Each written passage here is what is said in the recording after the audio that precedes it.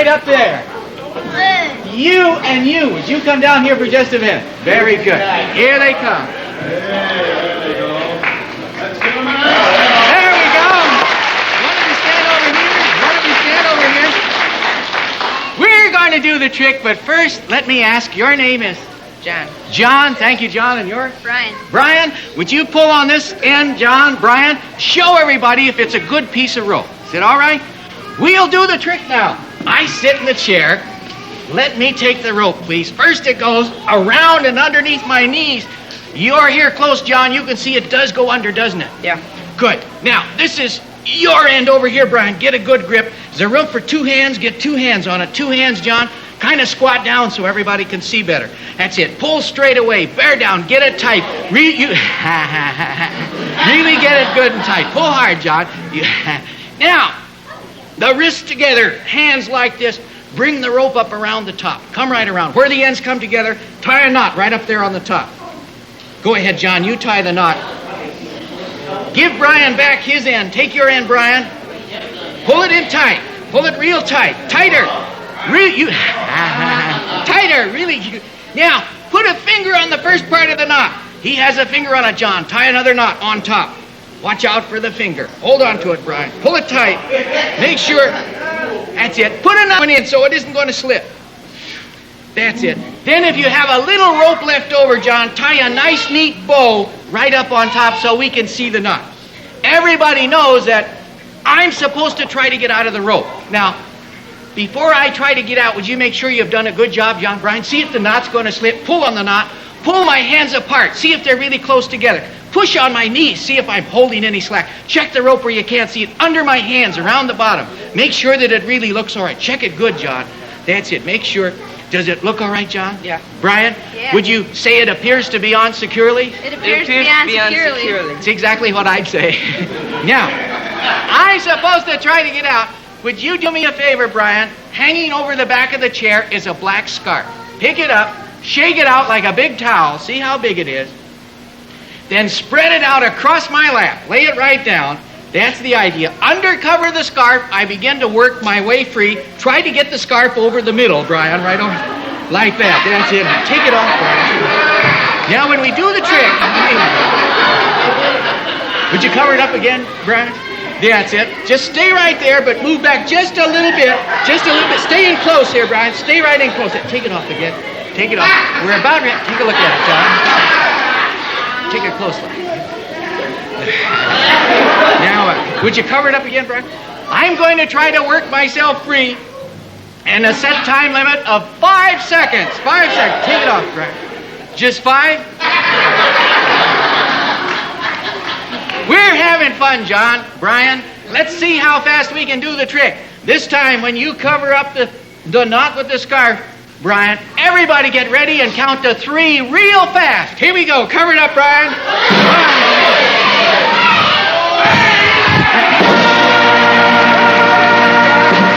Thank you, John. Here it goes. Now, the lid. Back on the box. There it goes. She's still in there, Cookie? Put the hinges down. Put baby. them back. 6 padlocks. Put the locks on there. 2 padlocks here. Those 2 are padlocks real there. locks. 1 up there and 1 back here. Here's Those are the real keys ones, right Cookie. here. Those are real. All right.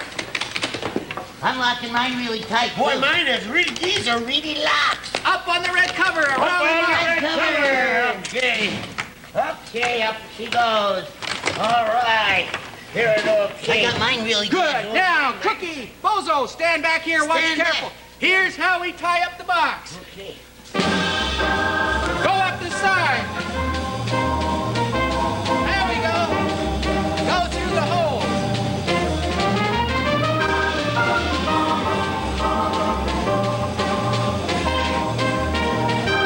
How'd you like me in there now? Oh, that's easy. That's hard to do. Now, here we go. Cross the top.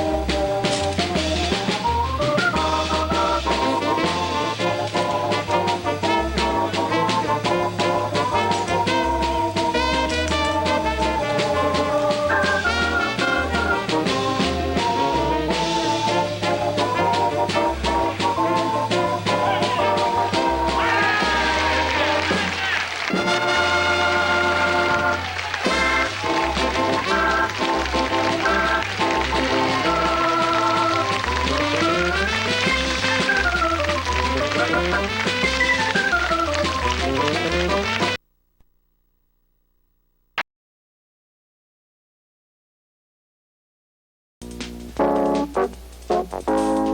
it from me, Harry Carey, you'll have a great time. As I always say, you just can't beat fun.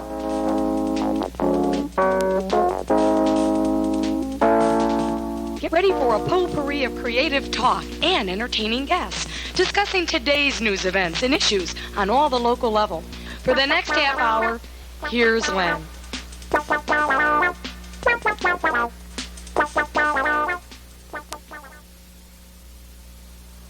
Welcome to our program for this evening, and I've always been fascinated by magicians. So please welcome Billy Bishop, Oak Park's magician.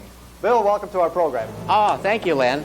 Magic is fun, and I brought along a few tricks to show you. In fact, you know how it is with magic. You try to do your trick, and sometimes it doesn't work out the way you want it to. This is an example of that idea, since we're going to explore the realm of magic a little bit. In this glass, a red handkerchief. In the handkerchief, 3 round wooden balls. A handkerchief, a glass, and 3 balls. Now, the balls are hard. They're made of wood. They're painted shiny, 2 white ones and 1 red one. Now, it's the red one that causes all the confusion, and this is why also suppliers to clowns and jugglers, people, ventriloquist people, and those allied sort of arts. Bill, I know before the program I have a red handkerchief. You see, I'm going to wrap the red ball in the red handkerchief, and then I'll deposit it into the glass. Now, in my hand, I have 1, 2, 1, 2. I thought I placed the red ball in the red handkerchief in the glass. Well, you see, sometimes it mixes you up just a little bit. Let's try it again. You see, 3 balls, 2 white ones, and 1 red one, and I'm going to wrap the red ball very carefully inside the red handkerchief. Here we go. Red ball goes in the red handkerchief. Drop it into the glass. Now in my hand, I have 1, 2, 1. You see, sometimes it will try to get you mixed up. Oh, there they are. They're both in the glass. Well, now, we'll try this another time to see if we can straighten it out. You see, there's 3 wooden balls, 2 white ones, and a red one, and a red handkerchief. Now, I'm going to most carefully place the red ball into the red handkerchief. I will also place a white ball into the red handkerchief. However, the second white ball I'll not place in the red handkerchief. Instead, I'm going to drop it into the blue handkerchief, you see. Now, we count to 3 and we go like this, you see. And look what happens. My goodness. Oh, that's magic. And look over here. They're all back together in the glass. 2 little white balls and a red ball in the middle. Len, there's terrific. Some magic for you.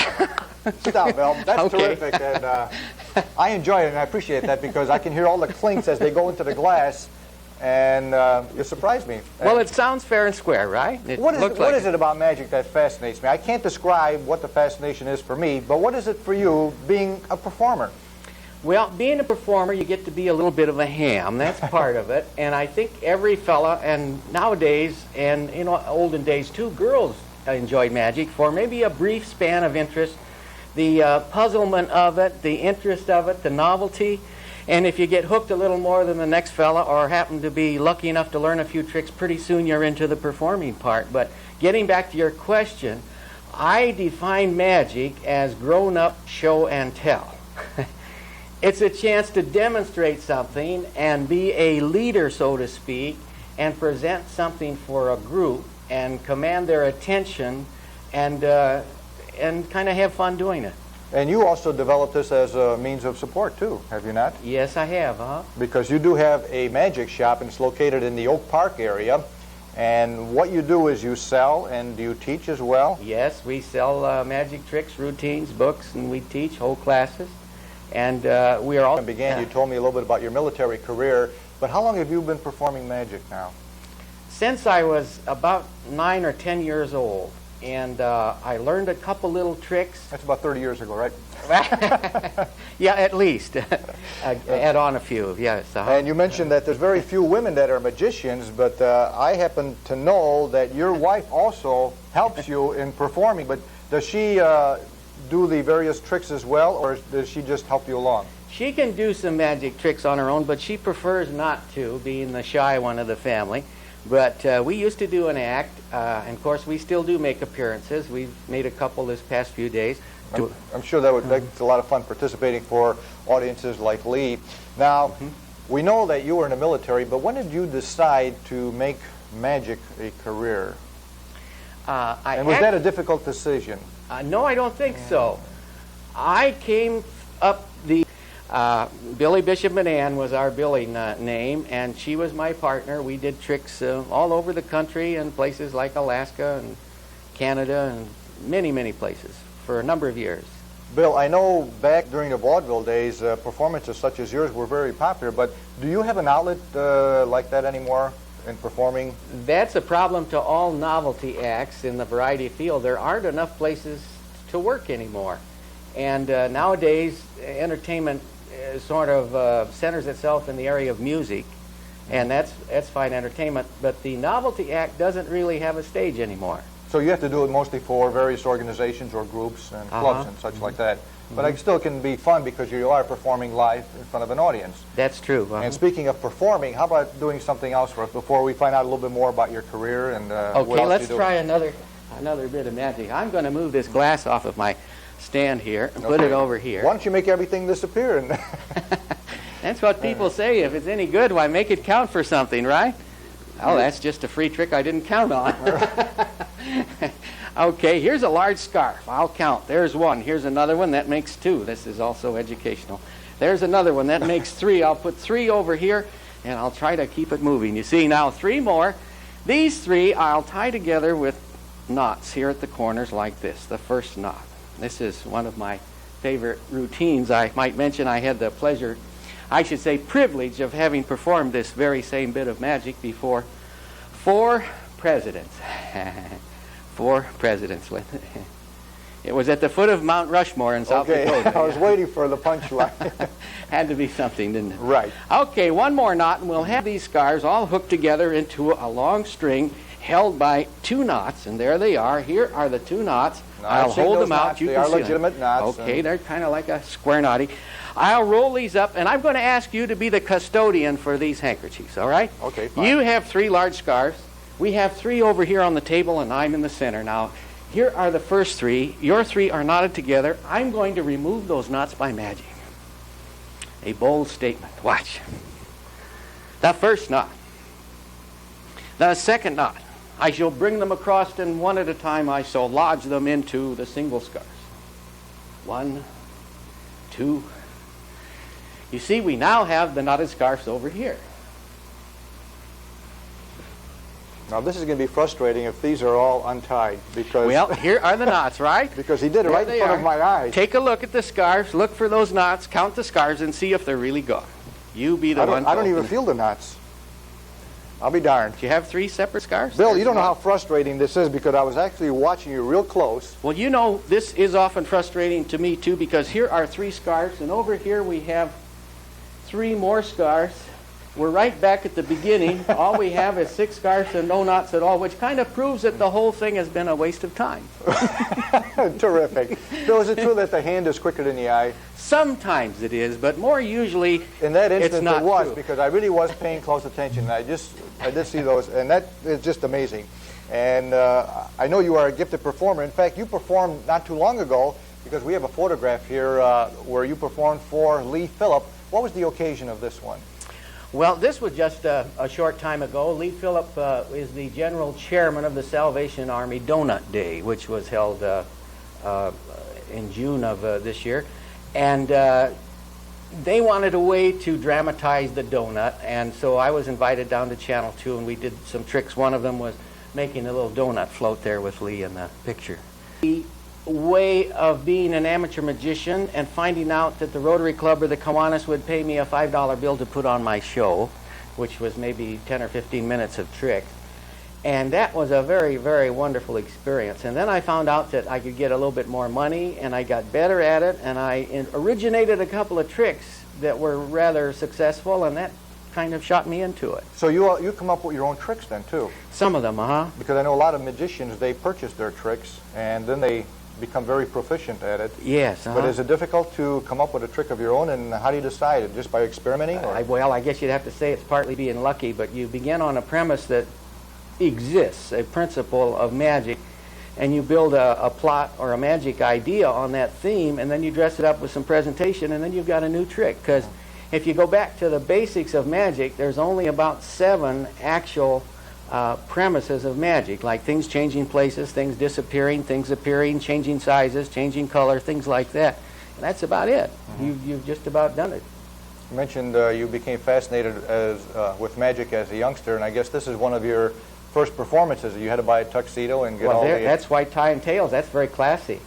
Yeah, now there I'm 19 there. 19 years old. Yes, and I'm wearing white gloves, and I'm doing sleight of hand with cards while wearing gloves, which I thought was very, very sharp. And it takes more practice because the cards are slipperier in the glove. But that's Tails, and the hairline much better. How long does it take to become proficient at a trick once you discover it or purchase it? Is it real easy, or does it take years to develop it? It depends on the trick. Some things come natural to a person easier than others, and some people excel in finger dexterity, and some maybe they're just good talkers, and they get a trick that works mechanically, and they get a tremendous amount of entertainment value out of an automatic kind of a trick. So it's a variable kind of a thing to Dialogue approach. is pretty important. Yes. You mentioned that in the military you were a pilot. Did you also perform magic for troops as part of the entertainment as well, or?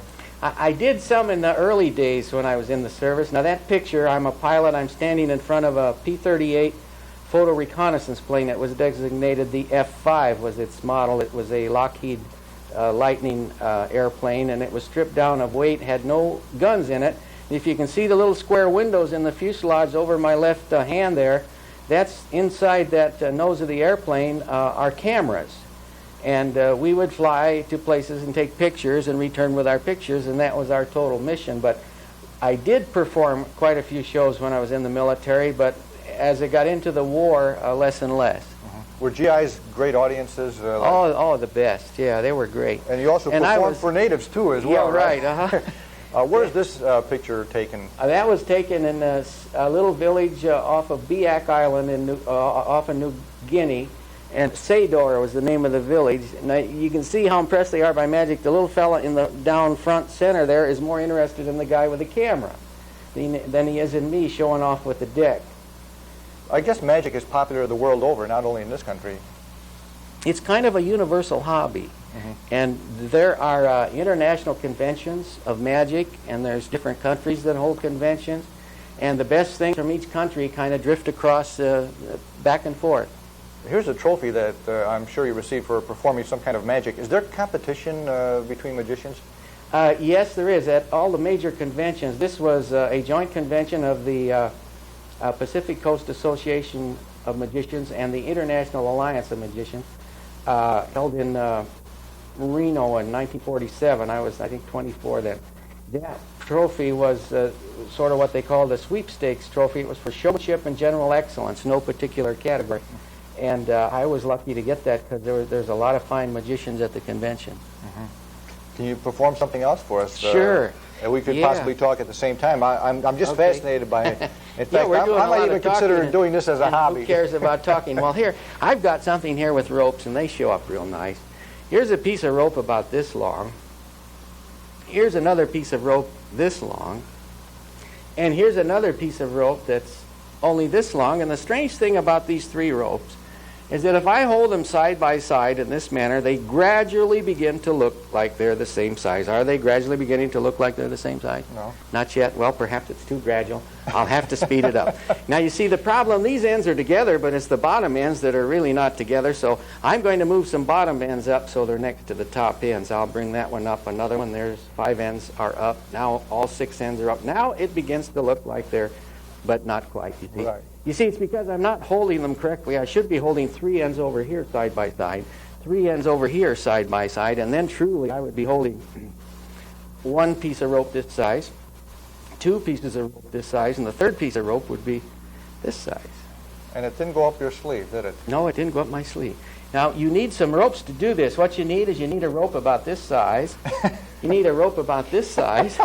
And you need a rope about this size. Watching television at home, I say, gee, the camera can't detect that, but I can't detect it, and I'm sitting about 3 feet away. That's amazing. Well, you can do funny things with ropes. Just for example, if I just start, you know, when you're a little kid and you have a shoelace knot and you get one of the things caught in there, it makes a real mess when you try to untie it, and you have a hard time getting it out. Well, you got to be careful about this, but if you put that little thing in there and you get one in here, it's even harder if you get both of them hooked in like that, you see. You're going to have a real problem with that. It's going to be messy, and it'll be hard to get out unless you know a little magic, and then you just kind of pull it off and toss it away like that, and then you don't have that problem anymore. Obviously, that's the magic rope. That's the magic rope, and that's a magic trick. Now, that's the type of trick that we teach to the boys and girls that take some of the classes that we put on. Oh, you do put on classes for individuals? That's a skill trick, and it's lots of fun. And there are lots of hobby groups and places where magic lessons are being taught. Park bureaus put them on. YMCA's put them on. Several of the community colleges have classes. It's amazing how many places there are to learn a group of tricks and pick up the hobby of magic. Bill, how many tricks does the average magician know? I know you're above average now, but how many tricks do you know? Gee, I wouldn't even, I've never even thought about that, because you do some tricks for a while, and then your interest freshens when you find a new trick that you like, and you keep on growing a little bit. You always keep your favorites, but I'd say maybe somewhere over 100. Oh boy, so you're very dexterous, and you can just about have a different show every time you perform. Yes, but that isn't in the best interest of the audience, because the best tricks are the ones that are going to make the best show. I see. Now, you've been performing all over the world. You mentioned New Guinea, and also your military career. You performed a little bit. You also, what are some of the more interesting places? What would you say is your most interesting performance that you've given? Oh, gee, just to say the most interesting performance, I don't know. I performed out on home plate in Comiskey Park before a White Sox game, for example. Performed at the... Did they win the game? They did win that game, yeah. 2 years at the Chicago Fest, 3 years at the Illinois State Fair. Been at the Ed Sullivan Show, Billy Rose's Diamond Horseshoe in New York, and on Broadway in New York, the Vaudeville Home the Palace Theater.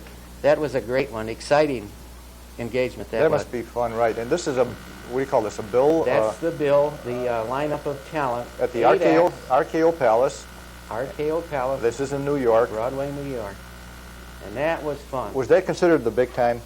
That always was the big time. And in the old days when vaudeville was 2 a day, and that was before movies, the Palace was the top place that every act worked for.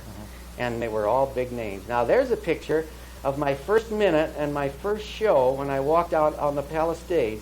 And you can't tell maybe how nervous and tense I was, but I'm just about to speak. And you see where the spotlight shadow falls down low on the picture there. There's 5 balconies in the Palace, and it's a horseshoe-shaped theater seating 2,800.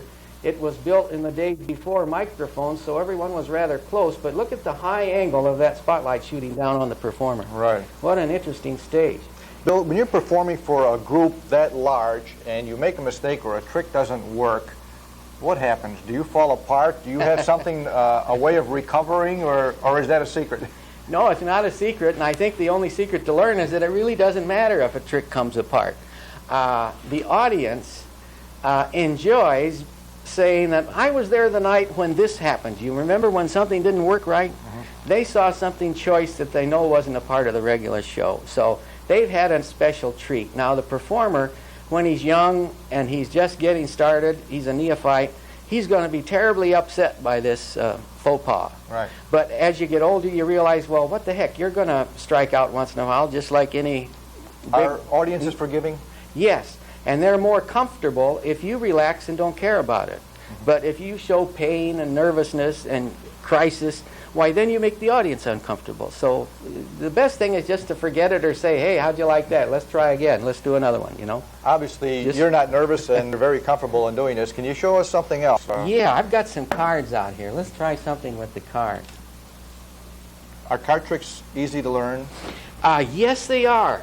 Everybody knows at least 2 or 3, but they're so simple that everybody can figure out what they are. That's true.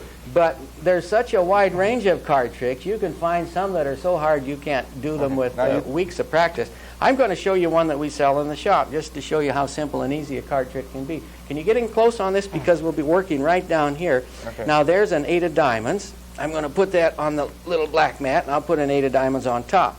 Now we see another 8. I'll put one over here. I'll again place an 8 on top. Now here we go again. A pair of 8s. Now this looks like we've got a lot of 8s, and we certainly do. There's another 8, but there's one card different than all the rest. This is the black 3, the 3 of clubs. Now this is the card with all the power, and I'm just going to rub it into the other cards and just let them twist like this a little bit. And look what the 3 does to all those other cards. How about that? Yes, now you see you just put them together, and all you have to do is spin them like that. By golly, there we did it again. Some more 3s. More 3s. This is the power card. Put it together with the other, and you spin the cards, and look what happened. It turns into 3s. It's very simple, you see. You just give them a little spin, and they come out, and there they are. They're all 3. Now that's amazing because you're only working with 3 cards, and there's no way you can switch. No, there's no way you can switch, but the manipulation and dexterity involved is not difficult, but it's a fun trick. It's an interesting little trick. Shall we try another one? Okay, let's try another one. Okay, I'm going to get the cards out here. Let me see if I can lift this table so we can get a better Okay, shot so of we it. go. I'm going to get through here and find the aces. Now, that's a legitimate deck. Yeah, this is just a very nice, Take my word for it. There they are, Okay, they're all all in together. one. How about that? That's nice. In fact, that must be a new deck. That is a new deck. Okay, now I'm going to take the 2 red ones, a black one and another black one. Hey, that's a good idea. We don't want to lose that. Now, here's the ace of spades. I'll keep this very simple. An ace, 1 ace, 2 aces, 3 aces. The second red ace I'll place underneath. We'll keep the black aces sandwiched in the center. Okay. Okay, a red ace, black one's in the middle, and a red one in there. Okay. Okay, now if I turn them over and put one from here on the table, reach under here, get the other red one, put another one on the table. Now, what 2 cards did I put on the table? A red ace. 2 red aces. The red ace is on the table. Red ace is in my hand, black ace is on the And table. you did it right before my eyes. Yes. Again, that is frustrating because I can see what you're doing, but I don't know how you do it. Well, that's the way it's supposed to work out, but that's a lot of fun. Now, we have only a few more minutes to go yet, Bill. There's 2 other photographs I want to display over here. Oh, one more minute to go. This is you and your wife performing. She performed with you quite often, and this was where? That's on the stage at Billy Rose's Diamond Horseshoe in New York City. That was a beautiful, beautiful supper club. That's all gold, those curtains and the side decorations. And they had on one side was an orchestra of about 15 musicians, and on the other side were 40 violins. And it was called Violins Over Broadway was the production we were in. And if you can see the circles on the stage, there's turntables that go in 2 or 3 different directions. It was a fabulous. How long were you on the road? Oh, gee, we were on the road about 5 years. That long? But yes, and then during the periods when we weren't on the road, we were always doing magic in a certain territory. How did you select Oak Park as a final resting place? Well, we selected Chicago metropolitan area as a best home base because of the national conventions and the activity that happens around Chicago. Well, we're glad that you did settle here. And, of course, you are out of Oak Park, Bill. And, again, if someone wanted information on some of the classes that you perform and give, do you have a telephone number they can call for information or an address they can write to? We're in all the yellow pages under Magic Magician Supplies, and it's a Bishop's Magic Shop in the Oak Park Mall. And we're not hard to find. The number's 386-0854. Okay, very good. Bill, I appreciate your being on the program this evening, and I enjoyed it immensely, and maybe I'm going to take one of your classes. That's our program for this evening. Don't go away. We have our Money Corner coming up, and my thanks go out to Bill Bishop and, of course, his wife Ann, who is not able to be here this evening. They're located in Oak Park. Again, the telephone number, Bill? 386-0854. Thank you, Len. We'll be back in a moment. Stick around. Another death-defying offbeat report. Don't go away.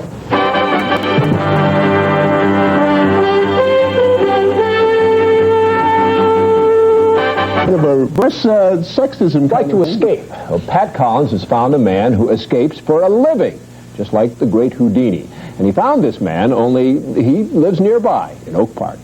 Kendall. His name is Kendall. There's really more to it than that, but they just call him Kendall. Kendall is attempting a death-defying duplication of the great Houdini. He will be strapped into a straitjacket, raised by his feet from a building 30 feet high, where he will free himself before you can say, hocus pocus, please and thank you. Houdini first invented this sort of escapism back in 1896 as a way of gaining free publicity.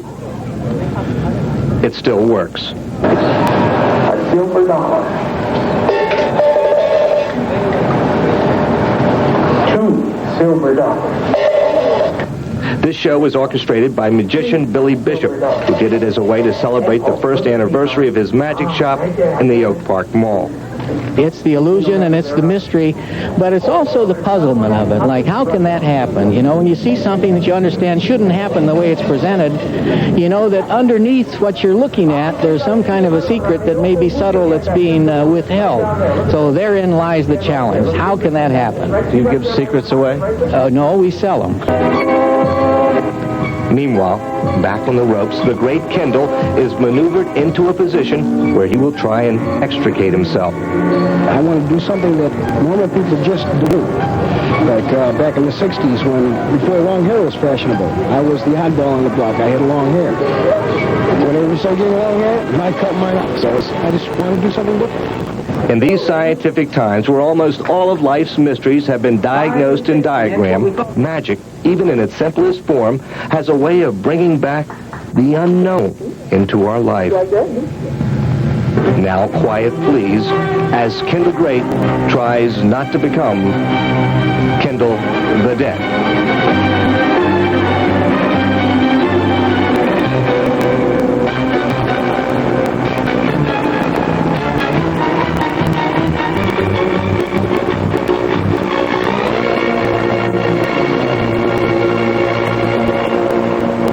Ever since he was little, Kendall says he's tried to do things to get attention. But nowadays, he says it takes a lot to get people to take notice.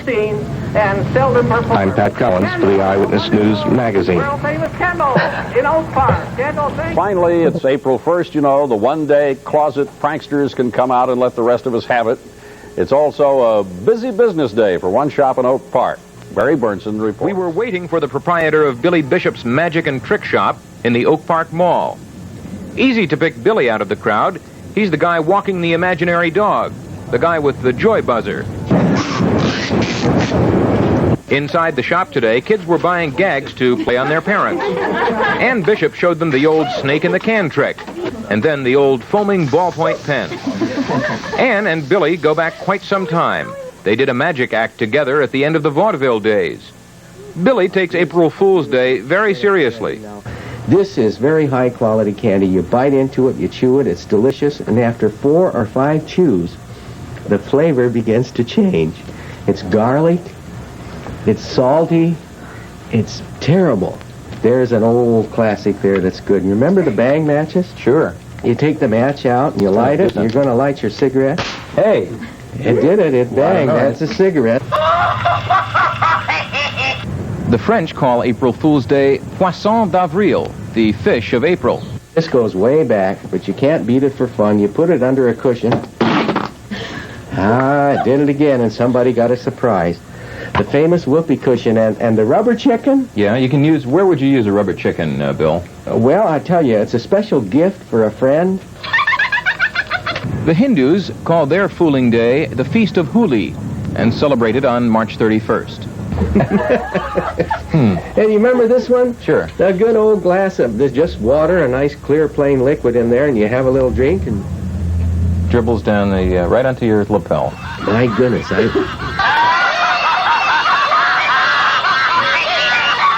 everybody likes mustard. Here's the mustard container. A little mustard, Barry?